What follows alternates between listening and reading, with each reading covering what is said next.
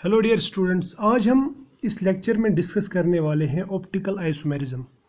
Optical isomerism actually stereo isomerism का एक part है। मैं पहले आपको समझाता हूँ स्टीरियो आइसोमेरिज्म से ही, तो वहाँ से शुरू करेंगे हम।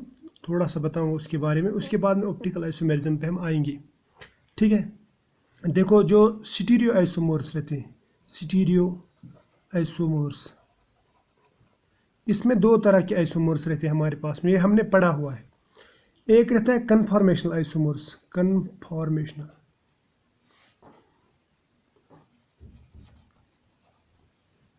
आइसोमर्स, ठीक है।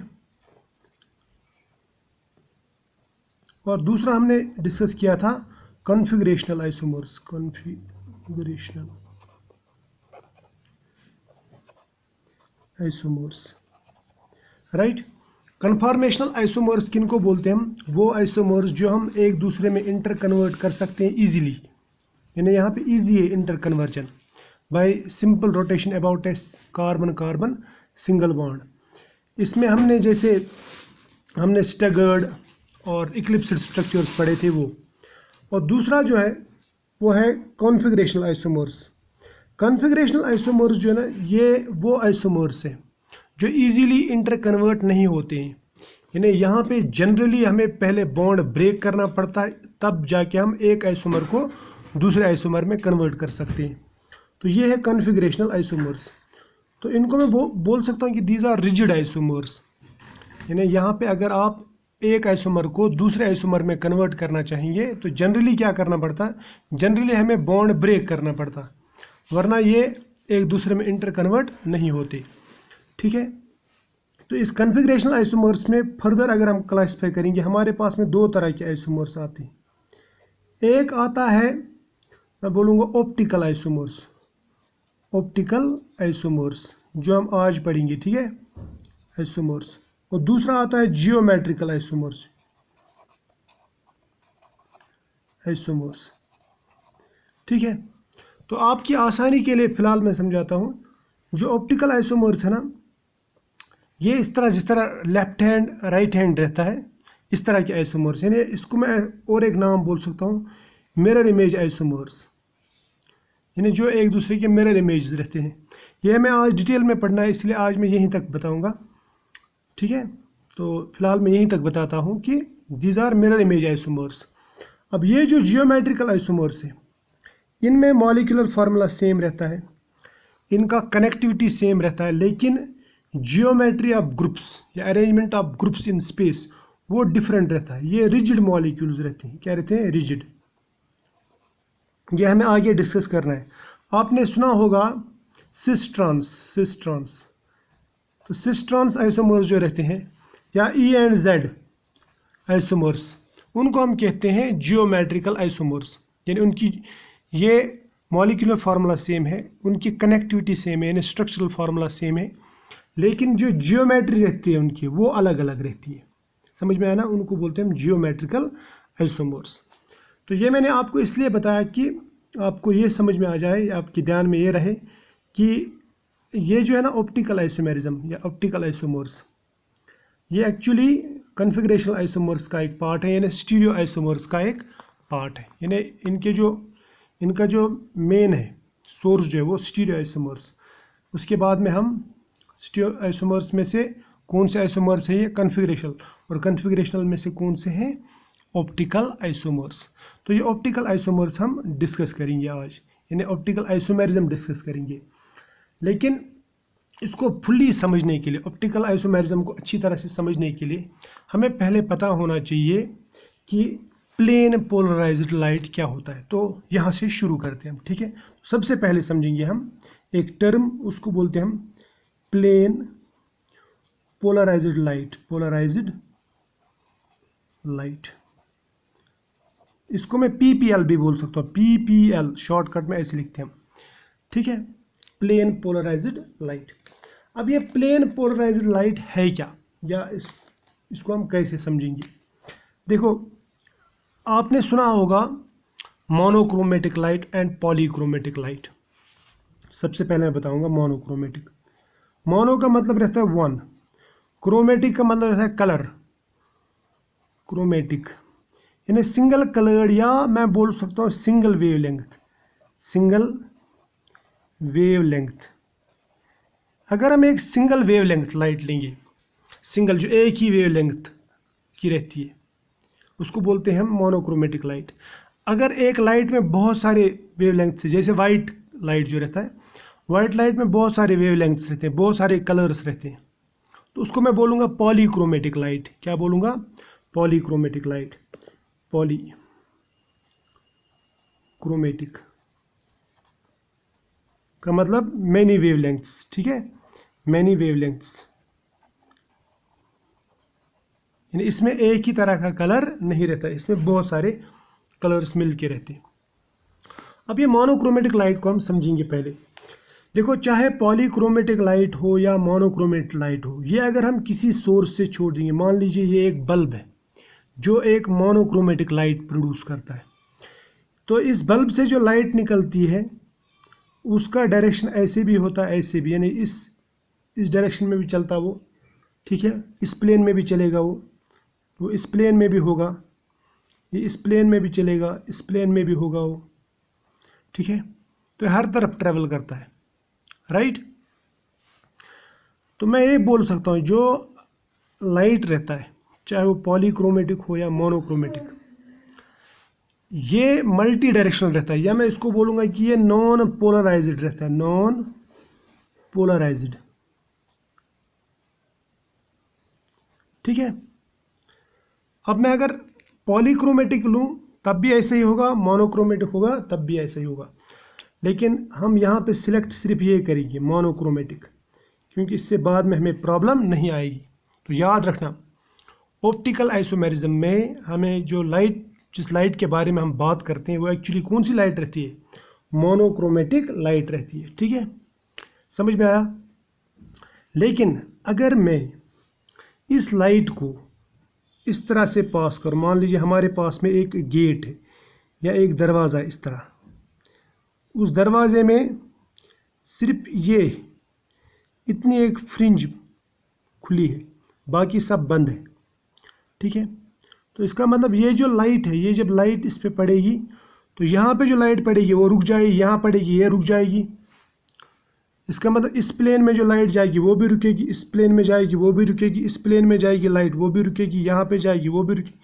लेकिन जो इस प्लेन में लाइट जाएगी वो यहाँ पे हमको बाहर नज़र आती होगी, यानी वो हमको यहाँ पे बाहर से नज़र आएगी।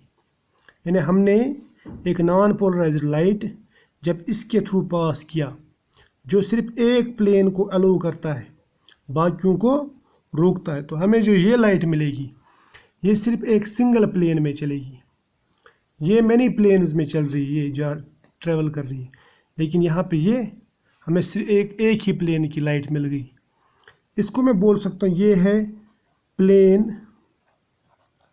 पोलराइज्ड लाइट, ठीक है, समझ में आया ना। अब मैंने तो यहाँ पे आपको बताया दरवाज़ा, लेकिन हाँ, ये दरवाज़ा जो रहता है ना, ये एक्चुअली रहता है प्रिज्म। क्या रहता है? प्रिज्म।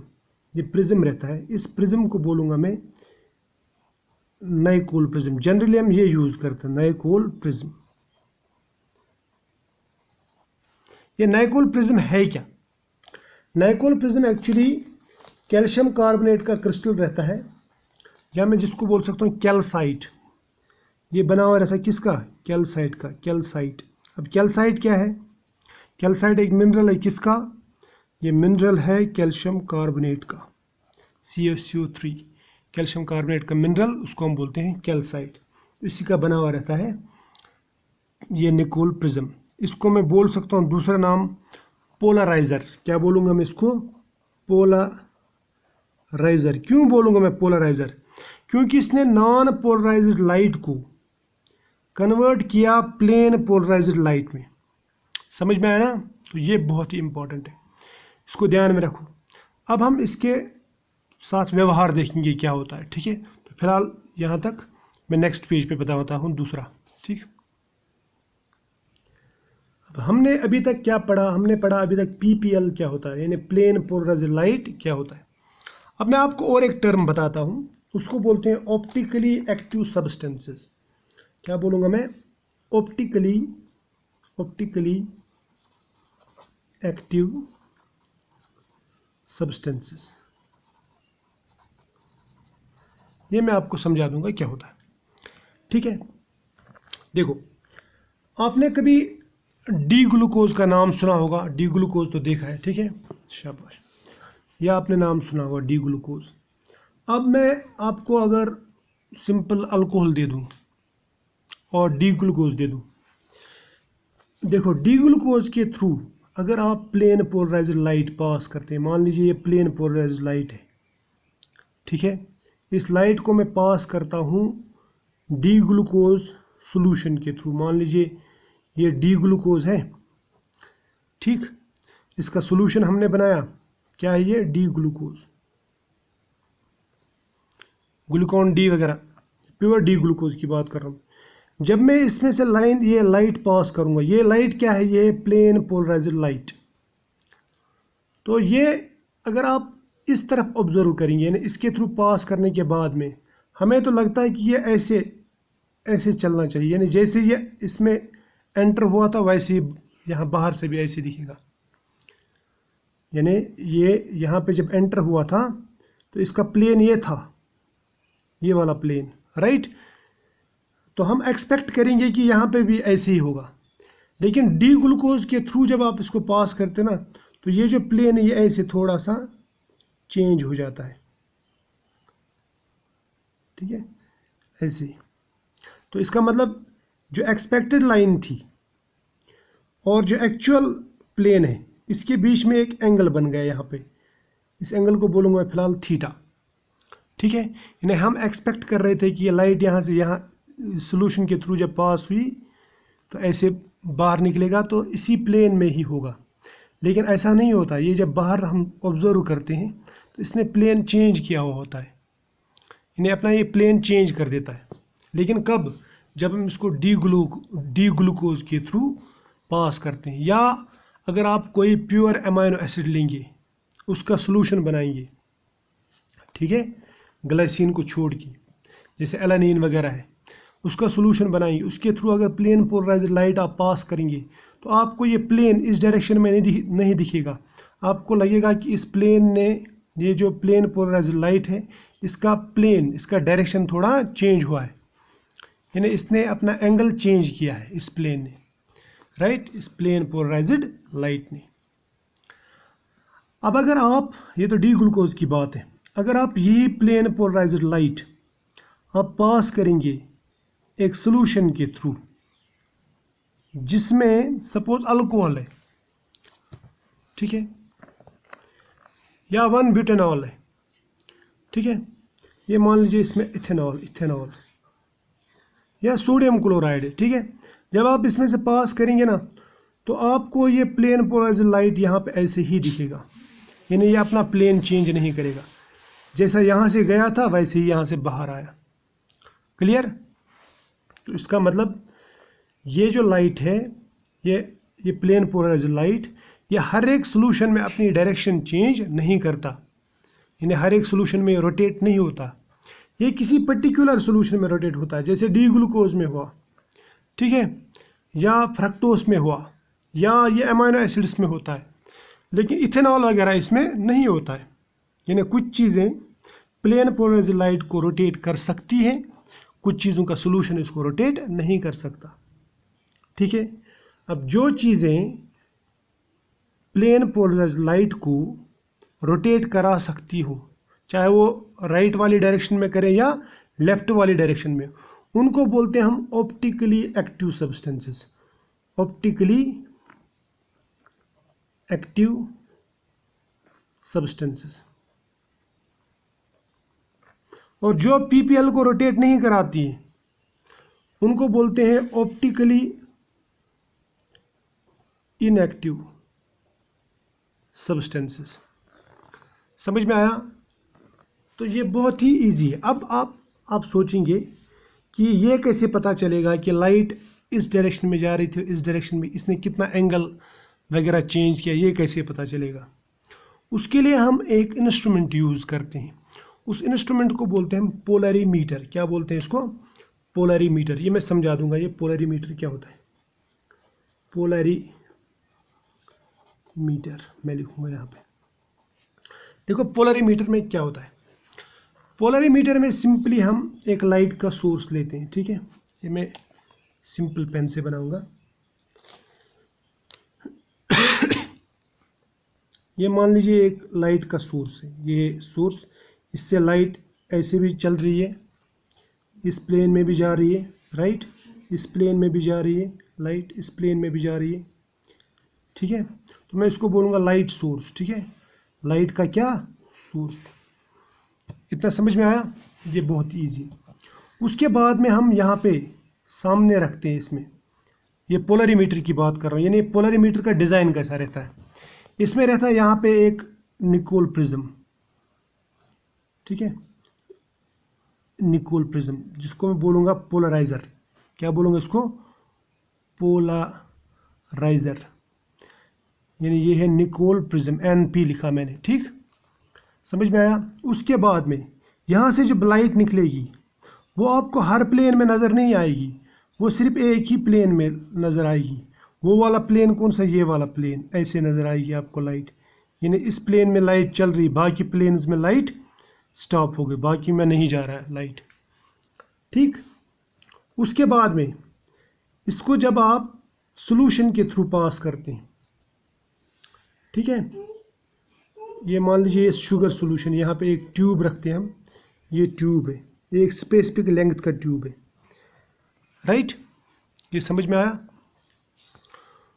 तो ये जो ट्यूब है इसको बोल सकता हूँ मैं सैंपल ट्यूब, सैंपल ट्यूब या पोलरीमीटर ट्यूब, और पोलरीमीटर ट्यूब। इसमें आप सैंपल रखते हैं, यानी जो जिस सब्सटेंस को आपने चेक करना है कि ये लाइट को रोटेट कर पाता है कि नहीं पाता है, उसका सोल्यूशन बनाते हैं, ठीक है। जैसे यहाँ पे शुगर रखते हैं हम, शुगर सोल्यूशन, सपोज मैं रखूँगा यहाँ पे शुगर सोल्यूशन या ग्लूकोज सोल्यूशन, राइट। उसके बाद में आप यहाँ पे जब लाइट निकलती है तो हम एक्सपेक्ट करते हैं कि लाइट ऐसे निकलेगी इस प्लेन में, लेकिन ये लाइट ऐसे निकलती है। तो हमें कैसे पता चलेगा कि ये लाइट ऐसे निकलेगी। इसके लिए यहाँ पे रहता है एनालाइज़र। क्या रहता है? एनालाइज़र। एनालाइज़र मान लो, इसको मैं पहले लिखूँगा, ये है एनालाइज़र। एनालाइज़र से हमें पता चलता है कि इसने कितने एंगल पे इस लाइट को रोटेट किया है, यानी कितने एंगल पे ये रोटेट हुई है लाइट। क्लियर? और ये जो एनालाइज़र है ये मैंने ऐसे बनाया, इस शेप का बनाया। ये ऐसा क्यों बनाया? क्योंकि ये भी रहता है यहाँ पे निकोल प्रिज्म। निकोल प्रिज्म बोल सकता हूँ इसको, निकोल प्रिज्म, ठीक है। तो निकोल प्रिज्म ही रहता है ये एनालाइज़र भी। और यहाँ पे हमारी आई रहती है, यहाँ पे हम ऑब्जर्व करते हैं इसको। समझ में आया ना? तो अब आप समझेंगे तो अब कैसे समझ में आया। देखो, यहाँ से लाइट निकली, इसके थ्रू पास हुई, सिंगल प्लेन में जा रही, हमने इसके थ्रू पास किया। अब अगर इसने प्लेन चेंज किया, पहले ये और ये एक ही ओरिएंटेशन में थी, एक ही डायरेक्शन में थी। अगर इसने इसको चेंज नहीं किया लाइट को, तो लाइट सीधी जाएगी और हमको निकोल प्रिज्म की इस तरफ भी यहाँ पे नज़र आएगी ये लाइट, ठीक। अब अगर ये पास करने के बाद में इसने एंगल चेंज किया, हमने निकोल प्रिज्म को इस डायरेक्शन में रखा है, समझ में आया ना? तो इस निकोल प्रिज्म में हमको ये लाइट नज़र नहीं आएगी। फिर हम कैसे देखेंगे कि लाइट कहाँ गई? हम इस निकोल प्रिज्म को थोड़ा सा रोटेट करते हैं और हम रोटेट करके देखते हैं कि लाइट कितनी कहाँ से जा रही है। नहीं समझे आप? चलो मैं यहाँ पे दिखाता हूँ। मान लीजिए यहाँ से लाइट निकली, ये मान लीजिए ऐसे इस प्लेन में जा रही है, ठीक है। लेकिन हमने जो फ्रिंज रखा है, जो गेट रखा है, वो इस डायरेक्शन में, ठीक है। अब ये तो ऐसे जा रहा है, क्या हमको ये नज़र आएगी लाइट? नहीं। फिर क्या करेंगे? हम इस गेट को थोड़ा रोटेट करेंगे। तो आफ्टर रोटेशन, मैं लिखूँगा आफ्टर रोटेशन। ये गेट जो मैंने बनाया ना, ये निकोल प्रिज्म की बात बोल रहा हूँ मैं। आफ्टर रोटेशन क्या होगा? ये लाइट इस प्लेन में जा रही है, जब तक न मैं गेट को भी इसी प्लेन में रोटेट करूं तब तक ये लाइट इसके थ्रू पास नहीं होगी। अब ये इसके थ्रू पास हो गया है ना, क्लियर हो गया पास। हाँ अब हो गया पास, यहाँ पे ये पास नहीं हो रहा था, ठीक है, ये समझ में आया। अब देखो गौर से देखना, अब हम गेट को मैं ऐसे लाइन से बनाऊँ, इस लाइन से गेट का पहले ऐसे डायरेक्शन था, ऐसे रखा था मैंने, लेकिन इस लाइट को देखने के लिए मुझे इसको थोड़ा रोटेट करना पड़ा, ठीक है। ये गेट को ऐसे रोटेट किया मैंने, इसको थोड़ा सा टिल्ट किया। अब इस गेट का पहला पोजीशन ये था और दूसरा पोजीशन ये है। इन दोनों के बीच में, या मैं ऐसे बोलूँगा, इन दोनों के बीच में जो एंगल बनेगा वही थीटा कहलाएगा, यानी वही थीटा कहलाएगा, इन दो डायरेक्शंस के बीच में, समझे। यानी हम लाइट का एंगल डायरेक्ट नहीं देख सकते, हम प्रिज्म का एंगल देखते हैं कि हम प्रिज्म को पहले कहाँ रख रहे थे, उसके बाद में हमने इसको कितना रोटेट किया, उससे हमें पता चलता कि लाइट जो है वो कितनी रोटेट हुई थी। ठीक, समझ में आया। ये जो थीटा है, थीटा समझ में आया ना, थीटा ये एंगल, इसको मैं बोल सकता हूँ ऑप्टिकल रोटेशन। क्या बोलूँगा मैं? Optical rotation. अब इस थीटा के बदले में यहाँ पे लिखता हूँ मैं alpha. So alpha, theta is equal to alpha. Alpha क्या है? Optical rotation. ये मैं आपको नेक्स्ट लेक्चर में समझा दूंगा ये ऑप्टिकल रोटेशन क्या होता है, लेकिन इतना आप याद रखना, आप कंफ्यूज मत होना कि यहाँ पे तो थीटा था, वहाँ पे अल्फा कैसे। Alpha is equal to theta, यानी यहाँ पे मैंने थीटा इसलिए बनाया क्योंकि आप हमेशा एंगल को थीटा से दिखाते हैं, लेकिन मैं यहाँ पे ऑप्टिकल रोटेशन की बात करूँगा तो मैं ऑप्टिकल रोटेशन को थीटा के बदले अल्फा से दिखा दूंगा, बस फ़र्क इतना ही है। ठीक है, अब ये हो गया एक बात।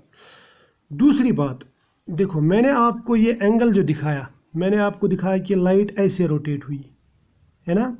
ऐसा ज़रूरी नहीं है कि लाइट हमेशा ऐसे क्लॉकवाइज ही रोटेट होगी। ये क्लॉकवाइज, ये प्लेन पोलराइज्ड लाइट जो है ना, आफ्टर पासिंग थ्रू सोल्यूशन, ये ऐसे लेफ्ट वाइज भी रोटेट हो सकती है। यानी अगर आप प्लेन पोलराइज्ड लाइट सोल्यूशन के थ्रू पास कर रहे हैं, ये ऐसे भी जा सकता है, यानी ये क्लॉक वाइज भी रोटेट कर सकता है। ठीक है, मैं इसको बोलूँगा क्लॉक वाइज, या फिर ये ऐसे भी रोटेट कर सकता है। इसको क्या बोलेंगे, इस रोटेशन को मैं बोलूँगा इसको एंटी क्लॉक वाइज। अब ये डिपेंड करता है कि सोल्यूशन कौन सा है। अमाइनो एसिड्स को अगर आप लेंगे, नेचुरल अमाइनो एसिड्स को, वो हमेशा लाइट को ऐसे रोटेट करते हैं लेफ्ट वर्ड्स, लेकिन अगर आप डी ग्लूकोज को लेंगे तो जनरली क्या करता है, वो राइट वर्ड्स लाइट को रोटेट करता है। किस लाइट को? Plane polarized light. तो मैं बोलूँगा कि यहाँ पे लाइट राइट की तरफ रोटेट हुई, यहाँ पे लाइट लेफ्ट की तरफ रोटेट हुई, है ना। राइट को बोलते हैं हम लैटिन में डेक्स्ट्रो। क्या बोलते हैं इसको? डेक्स्ट्रो। तो मैं बोलूँगा कि ये जो है ये डेक्स्ट्रो रोटेटरी है, ठीक। और यहाँ पे इसको बोलूँगा मैं लीवो रोटेटरी, लीवो रोटेटरी। ये मैं नेक्स्ट पेज पे आपको आराम से समझा दूंगा, आप सिर्फ 2 या 3 मिनट लगेंगे और आप आराम से सुनो। तो सबसे पहले मैं बताऊंगा आपको डेक्स्ट्रो रोटेटरी क्या रहता है। डेक्स्ट्रो का मतलब रहता है राइट, ठीक है। मैंने आपको बताया कि ये लैटिन वर्ड से निकला हुआ है, तो उसके हिसाब से हम बात करेंगे यहाँ पे, ठीक है। मान लीजिए हमने पीपीएल इसमें पास की सोल्यूशन में, ठीक, सोल्यूशन में पीपीएल पास किया। पीपीएल क्या है? Plane polarized light. ये है सोल्यूशन, सपोज ग्लूकोज का सोल्यूशन है। जब इसके थ्रू पास किया तो ये जो लाइट है ना, इसने ये ऐसे रोटेट हुआ, ठीक है, यानी इसने एंगल जो है वो राइट की तरफ बनाया, राइट। तो इसको बोलूँगा मैं ये डेक्स्ट्रो रोटेटरी है।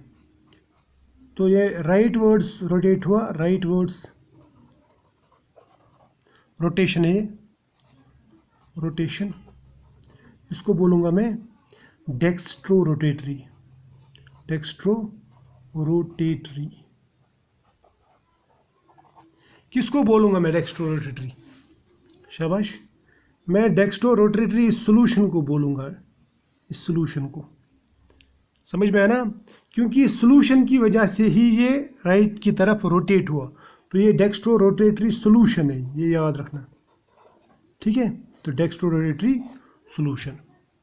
अब सपोज अमाइनो एसिड्स के थ्रू पास करेंगे, जो नेचुरल अमाइनो एसिड्स रहते हैं उनके थ्रू जब आप पास करेंगे तो क्या होगा? जब आप PPL लेंगे, PPL आप सोल्यूशन के थ्रू पास करेंगे, ये सोल्यूशन है, ये अमाइनो एसिड्स का सोल्यूशन है सपोज। जब आप इसके थ्रू पास करेंगे तो आप समझेंगे कि एंगल ऐसा आना चाहिए, मतलब ये इसका डायरेक्शन है, लेकिन आपको इस तरफ ऐसे दिखेगा, ये प्लेन पोलराइज्ड लाइट का डायरेक्शन, ओरिएंटेशन, इसने अपने आप को लेफ्ट की तरफ रोटेट किया है after passing through this solution. तो इसका मतलब इस सोल्यूशन ने इस लाइट को किसकी तरफ रोटेट किया? इसको लेफ्ट की तरफ रोटेट किया, तो मैं बोलूँगा लेफ्ट वर्ड्स रोटेशन, या मैं इसको बोलूँगा एंटी क्लॉकवाइज रोटेशन। तो एंटी क्लॉकवाइज रोटेशन को हम बोलते हैं लीवो। क्या बोलते हैं? लीवो। लीवो स्टैंड्स फॉर लेफ्ट, लीवस एक्चुअली है, ये लैटिन वर्ड लीवस से निकला है, लीवो, ठीक है। तो लेफ्ट, तो इसका मतलब ये जो सोल्यूशन है यहाँ पे, इस सोल्यूशन ने इस लाइट को, प्लेन पोलराइज्ड लाइट को, यानी PPL को कहाँ रोटेट किया? Left words. तो फिर मैं इस सोल्यूशन को बोलूँगा, ये सोल्यूशन जो ये लीवो रोटेटरी है, क्या है ये? Laevorotatory solution. समझ में आया? तो इसका मतलब ये हुआ कि जो ऑप्टिकली एक्टिव सब्सटेंसेस रहती हैं, ऑप्टिकली एक्टिव यानी जो प्लेन पोलराइज्ड लाइट को रोटेट कर सकती हैं, वो या तो राइट को रोटेट करेंगी या फिर लेफ्ट को रोटेट करेंगी, ठीक है।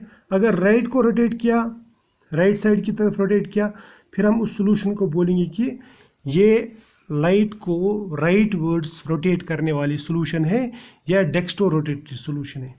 अगर इसने प्लेन पोलराइज्ड लाइट को लेफ्ट वर्ड्स रोटेट किया, तब हम इसको बोलेंगे कि ये लेफ्ट वर्ड्स रोटेट करने वाली लाइट है, इसलिए हम इसको बोलेंगे लीवो रोटेटरी। क्या बोलेंगे इसको? लीवो रोटेटरी सोल्यूशन, ठीक है। तो ये याद रखना, ठीक है। मेरी हैंड राइटिंग गंदी है, इतना तो कंसिडर कर सकते हैं आप, आपको समझने से मतलब है, हैंड राइटिंग की तरफ मत जाओ, ठीक है। तो आई होप यहाँ तक आपको समझ में आया होगा कि लीवो रोटेटरी क्या है और डेक्स्ट्रो रोटेटरी क्या है। तो नेक्स्ट लेक्चर में हम मिलेंगे एक नए टॉपिक के साथ में, उस टाइम पे मैं आपको बताऊंगा कि बायोट्स लॉ क्या रहता है और ऑप्टिकल रोटेशन क्या रहता है, ठीक है। समझ में आया ना? और ऑप्टिकली एक्टिव सब्सटेंसेस आपने देखा, तो इस पूरे मेथड को हम बोलेंगे ऑप्टिकल एक्टिविटी, यानी जो सब्सटेंसेस रोटेट करती हैं प्लेन पोलराइज्ड लाइट को, चाहे वो लेफ्ट की तरफ करें या रोटेट राइट की तरफ करें, तो मैं बोलूँगा कि इन सब्सटेंसेस में ऑप्टिकल एक्टिविटी है, ठीक है। चलो मिलेंगे नए लेक्चर में नए टॉपिक के साथ में, तब तक के लिए बाय।